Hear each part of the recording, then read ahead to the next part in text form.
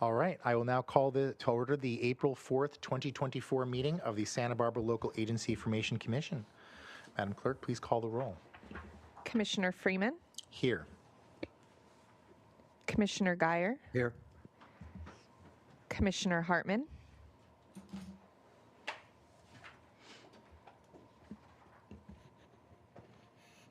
Commissioner Hartman,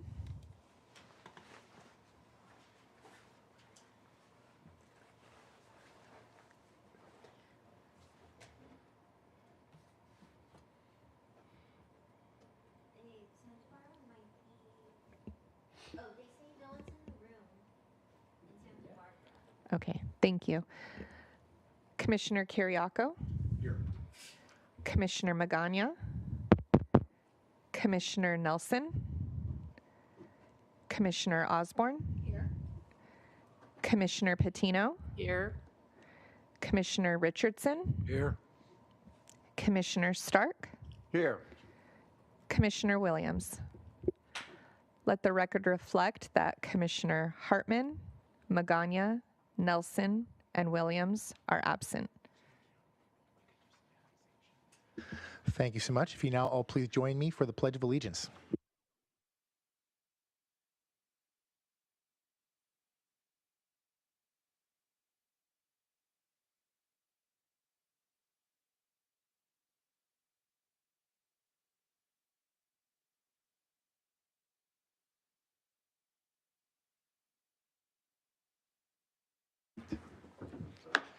The next item of business is the approval of minutes from the March 7th, 2024 meeting.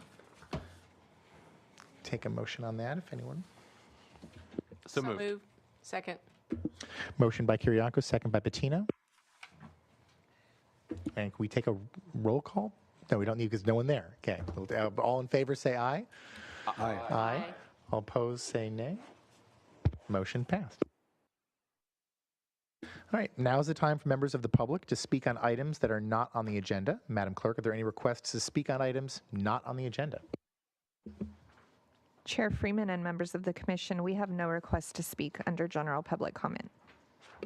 All right, thank you. That concludes public comment. Moving on to the approval of the consent calendar. Are there any items that commissioners would wish to pull? I'll Hearing move for approval. Okay, I'll hold that for just a second. Are there any comments from the public? Chair Freeman, we have no request to speak on this item. Thank you so much. Motion by Geyer. Was there a I'll second. second by Stark? And if we could move on to, all in favor, say aye. Aye. Aye. All opposed? Okay, motion also passed. Moving very quickly, next item is business item number 1. Will the clerk please read that item into the record? Chair Freeman and members of the commission, business item number 1 is to consider recommendations regarding the proposed budget for fiscal year 2024 to 2025. And Mr. Prater.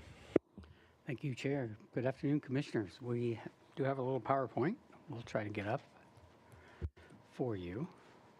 Is there something I have to do now? Or we'll wait on Natasha? Perfect.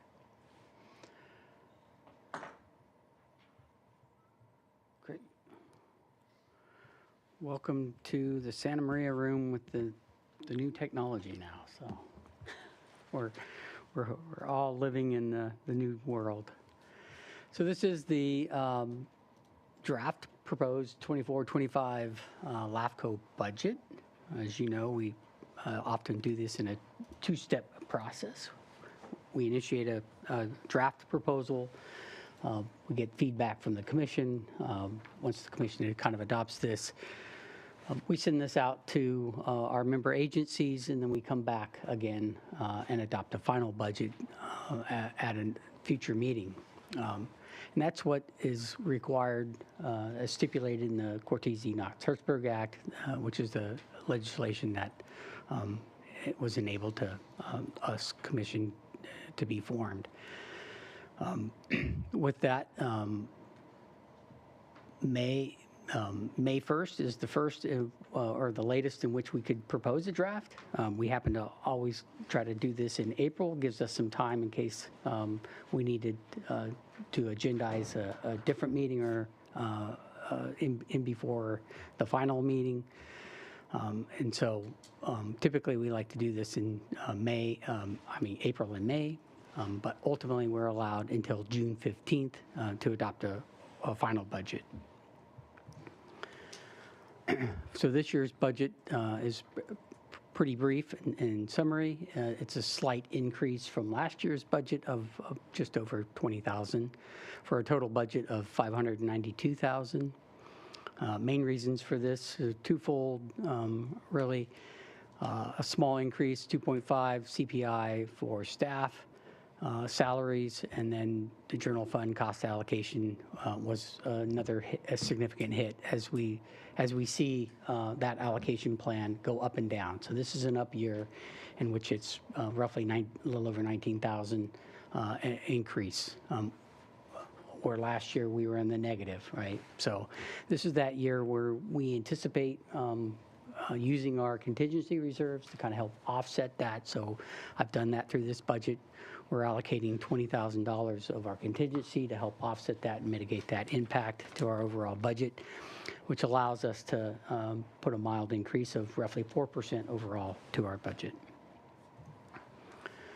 May I ask you a question?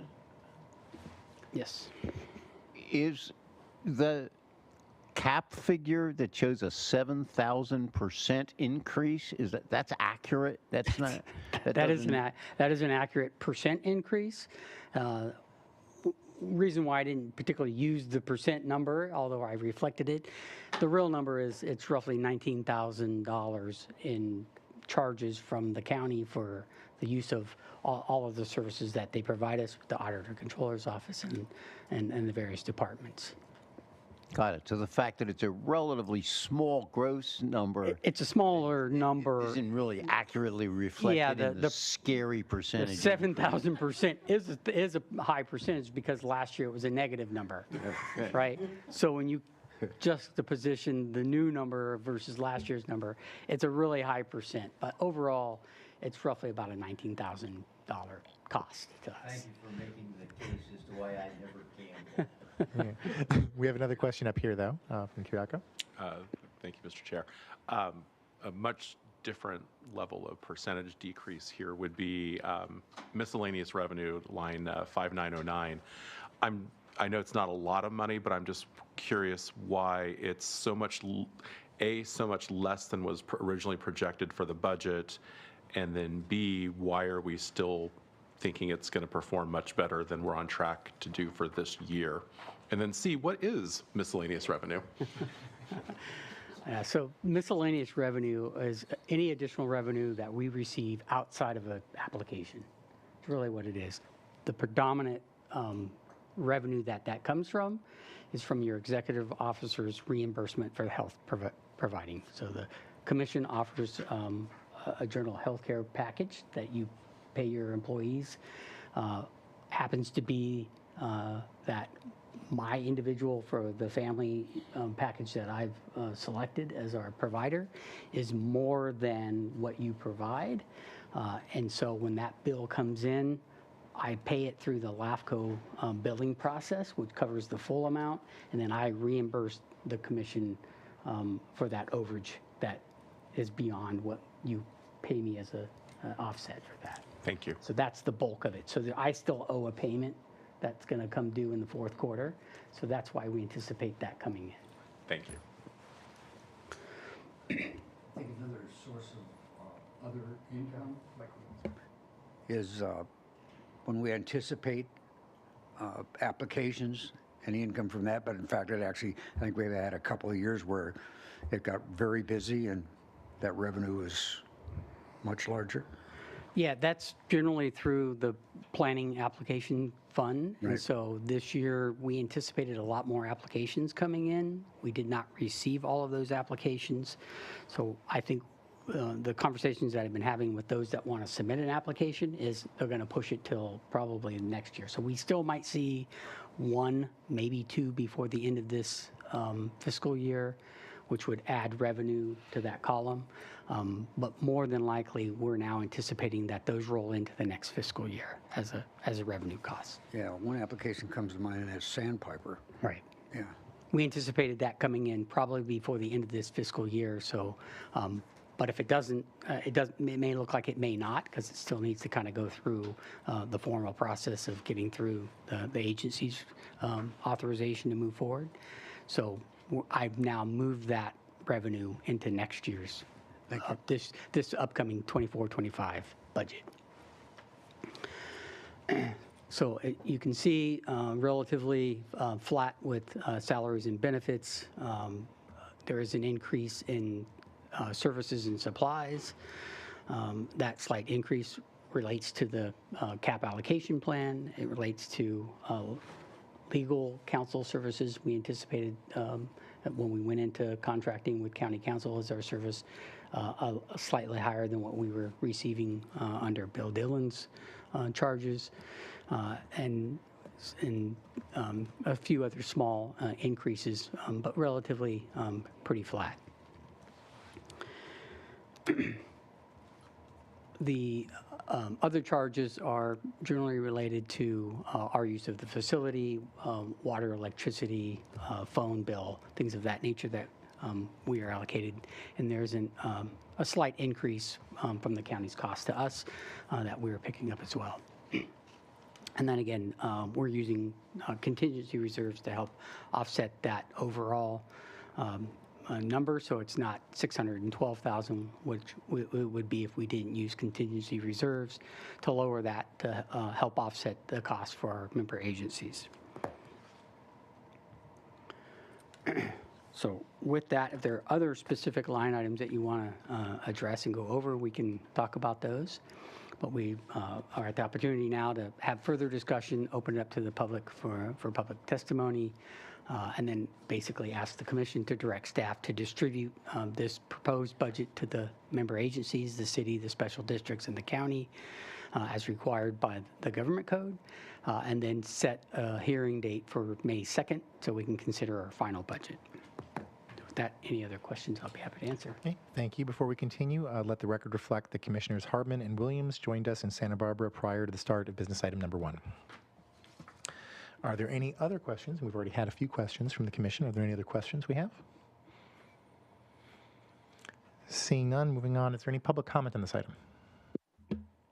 Chair Freeman and members of the commission, we have no request to speak on this item. All right. I'll entertain a motion. So move. Second? Motion by Bettino, second by Kiriakou. And if we could take a roll call vote. Commissioner Guyer? Aye. Commissioner Hartman? Aye. Commissioner Kiriakou? Aye. Commissioner Patino? Aye. Commissioner Stark? Aye. Commissioner Williams? He stepped out for just a second. Okay. Chair Freeman? Aye. Motion passes unanimously. All right. The next item is business item number 2. Will the clerk please read that item into the record?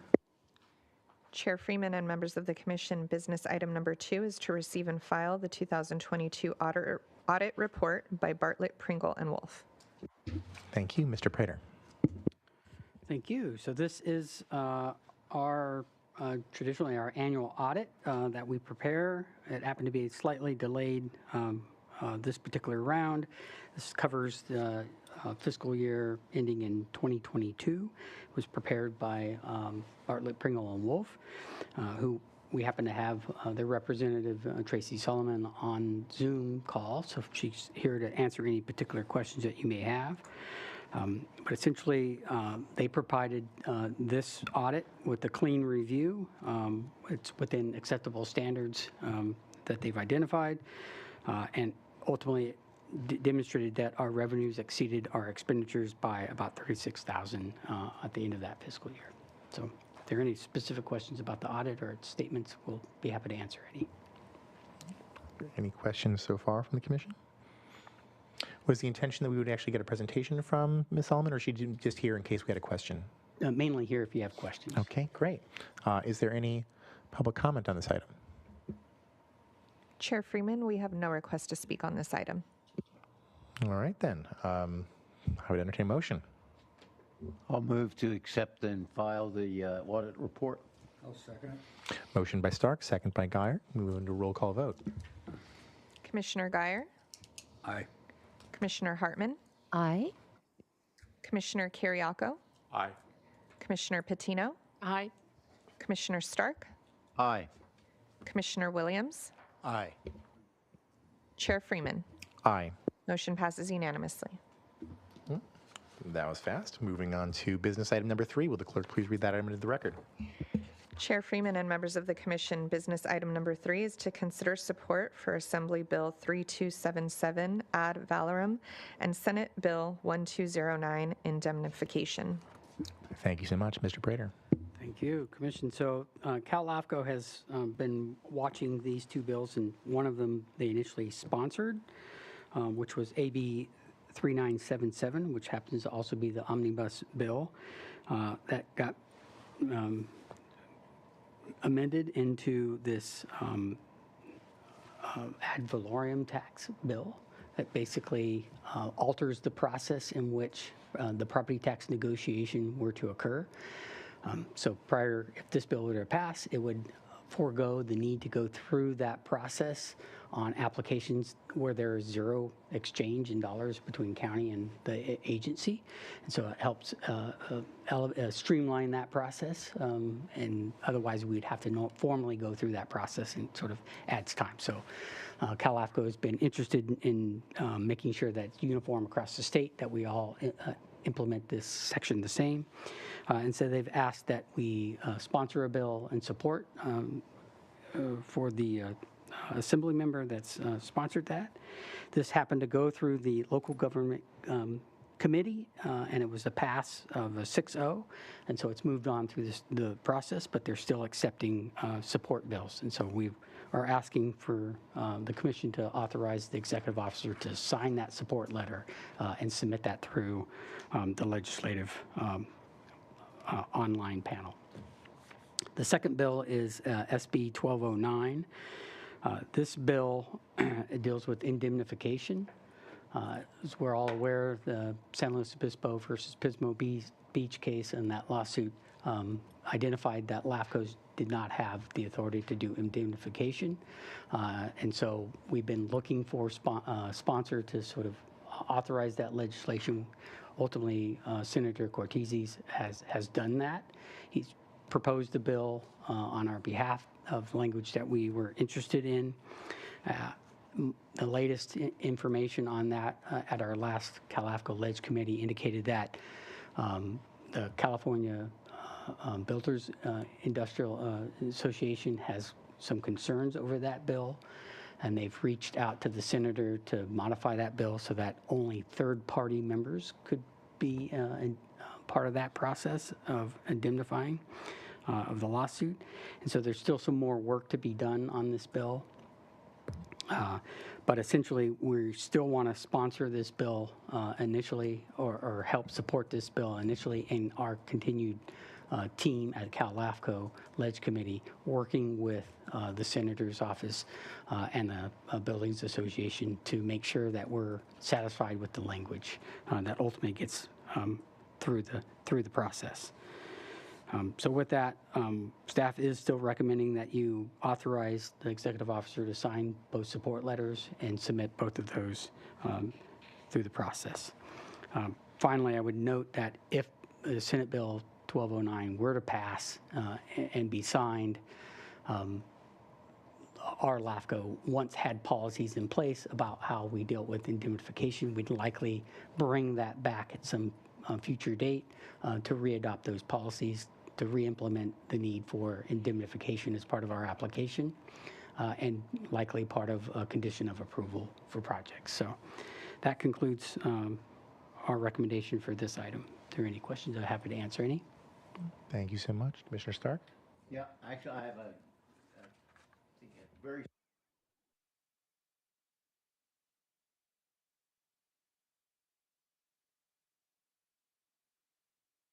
it says if you don't claim a share of the property tax, then you don't have to go through the complicated procedure that you'd otherwise have to go through. Is that right? That is correct. Thank you. As to the indemnity, my understanding is that the language that's in our staff report is likely to be broader and thus more favorable to LAFCOs than the language that is likely to come out of the bill as is going to be amended pursuant to the comments of the Building Industry Association. Is that right? That is my understanding. We have not seen that language yet. Go ahead. Can I get your comments on two possible alternatives? One, to expressing a preference for the broader bill. In grounds, we've got discretion, should exercise it to it's appropriate to the circumstances. And two, whether we should simply say we're in general support, but not restricted to any language, and sort of come back once Cal LAFCO's had another shot at it. I think that's what's up for discussion for the commission. So I think right now we're in general support of the language of the broader LAFCO's position in this, and that's what we want to support. And we want to support Cal LAFCO's in their negotiations with the senator and the Building Association to continue with that broader language. If different language comes out, we may come back and ask whether or not we still support that bill. So your recommendation is that we vote to support the letter as drafted, right? Correct. With the broad language, not necessarily anticipating it, and if necessary, we revisit the matter if the statutory language gets narrowed. Is that am I That is correct. That's my Thank you. recommendation. Hey, Commissioner Guyer? Have we had any input from the county auditor controller on this? I'm not aware of any input from the county auditor's controller's office on the ad valorem bill. Yeah, I have reservations about this. I can see some streamlining, but I can also see some big holes in the road ahead. And I'm uncomfortable with supporting LAFCO getting into the tax appropriation business. So that's why I would like to hear from the auditor controller for their stand on this.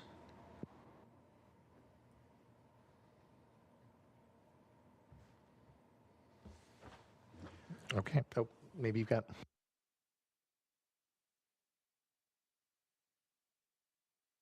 legislative deadline that precludes us from doing that. I would just note that it has made it through the local government committee, and I think it's on the table of the next committee. So I'm not sure what our time frame is, but we can certainly, if the commission's in favor of waiting on whether or not we can weigh in and get new information, we can certainly pull that letter and not submit that particular one, and we can wait to see if we can get additional information for the commissioners. And if there's time, we'll submit a letter later. If we run out of time, then the process will just move forward without our input. Okay. We seem to be out of questions. Is there any public comment? Chair Freeman and members of the commission, we have no request to speak on this item. Okay. Moving it back to the commission, I don't know if we would have some things to discuss here with relation to our proposed action, or if anyone would like to take a motion.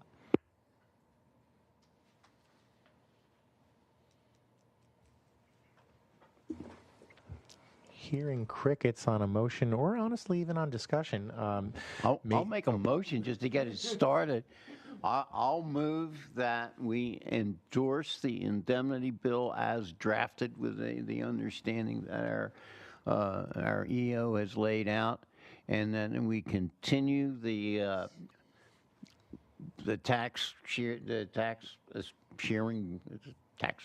property tax agreement bill until next week, and ask our EO to reach out to the county auditor to see if he's got any comments on it. Okay. I'll second the motion, and I'll second it because I think it's also important to note it's continuing through the committee process. The bill may be amended anyway, so there's potential for other bites at the apple if we as we continue to learn more about this, I don't have any issue with asking the auditor or controller if they have thoughts, and then we can continue tracking this. Okay, is there comments on the motion, Kyer? I just want to be clear on the motion. The extension is for how long? I asked it to come back in May, but. Okay, yeah, May. If- Yeah, I'd feel good about that. So it would be slightly less than a month. It's going to, it may change. Could. All right, motion by Stark, second by Kiriakou. Can we have a roll call vote? Commissioner Guyer, Aye. Commissioner Hartman, Aye. Commissioner Kiriakou, Aye. Commissioner Patino, Aye. Commissioner Stark, Aye. Commissioner Williams, Aye. Chair Freeman. Aye. Motion passes unanimously. All right. That concludes our business items. Next item is information item number 1. Will the clerk please read that item into the record? Chair Freeman and members of the commission, information item number 1 is to receive and file a report on the LAFCO 2024 current tract legislation. Thank you. Mr. Prater. Thank you, Chair. So this item picks up some of that discussion. Obviously, the 2 previous bills were part of this tract legislation by the LAFCO Ledge Committee. The most recent meeting we held, we were informed that of the 15 bills that are listed in the packet, 3 of those bills have been removed, no longer pertinent to LAFCO's jurisdiction or germane. It happens to be AB 2557. That bill was gutted and amended completely and dealing with something completely different. AB 2596 now deals with life insurance annuities. And AB 3152 has to deal with the California Housing Authority. So those 3 are no longer on the radar of LAFCO's Ledge Committee. And other than that, most of the other bills are all related to open meetings of some sort. So I think it's just a continued status look at what the legislative looks like. The primary 2 bills were the 2 we just discussed, 3977 and 1209. Any other questions about the bills? I'm happy to answer any. Thank you. It's always interesting to me how the state legislature will amend a bill into an entirely different thing. So, is there any questions from the commission? Seeing none, moving on to public comment. Oh, maybe there. No. Public comment. We have no request to speak on this item. Okay, we don't have there's no motion needed on this. So next item is commissioner announcements. Do we have any commissioner announcements or any requests for future agenda items? Seeing none, we'll now go on to executive officer comments. Great, thank you. Welcome to spring, and hopefully the rain lets up, gives us all a little bit of a break. I have no additional further comments. We'll look forward to our May meeting. All right, well then we are now adjourned to Thursday, May 2nd, 2024 at 1 p.m. in Santa Barbara.